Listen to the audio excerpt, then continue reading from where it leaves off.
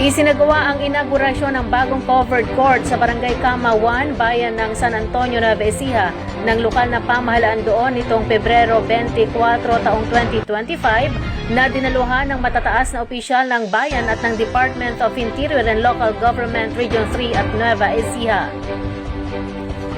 Ang covered court project ay naisakatuparan dahil sa pinagsamang effort ng DILG at LGU kung saan nasa 1,800,000 pesos na insentibong nakamit ng munisipalidad mula sa Seal of Good Local Governance sa taong 2023 at ang 1,200,000 pesos na counterpart ng LGU San Antonio na siyang ginamit na pondo sa paggawa nito.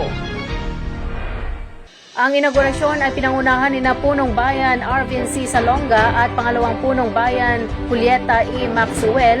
Ito rin ay dinaluhan ng Regional Director ng DILG ng Gitnang Luzon, Attorney Anthony C. Noida, Seso 3, at ng Provincial Director ng DILG Nueva Ecija, Attorney Ofelio A. Taktak Jr., Seso 5. Ang bagong covered court ay maaaring pagdausan ng iba't ibang aktibidad ng lokal na pamahalaan tulad ng pagpupulong, medical mission, sports activities at iba pa. Ito rin ay inaasahan na magsisilbing evacuation center ng mga pamilyang nangangailangan ng paglikas sa panahon ng sakuna.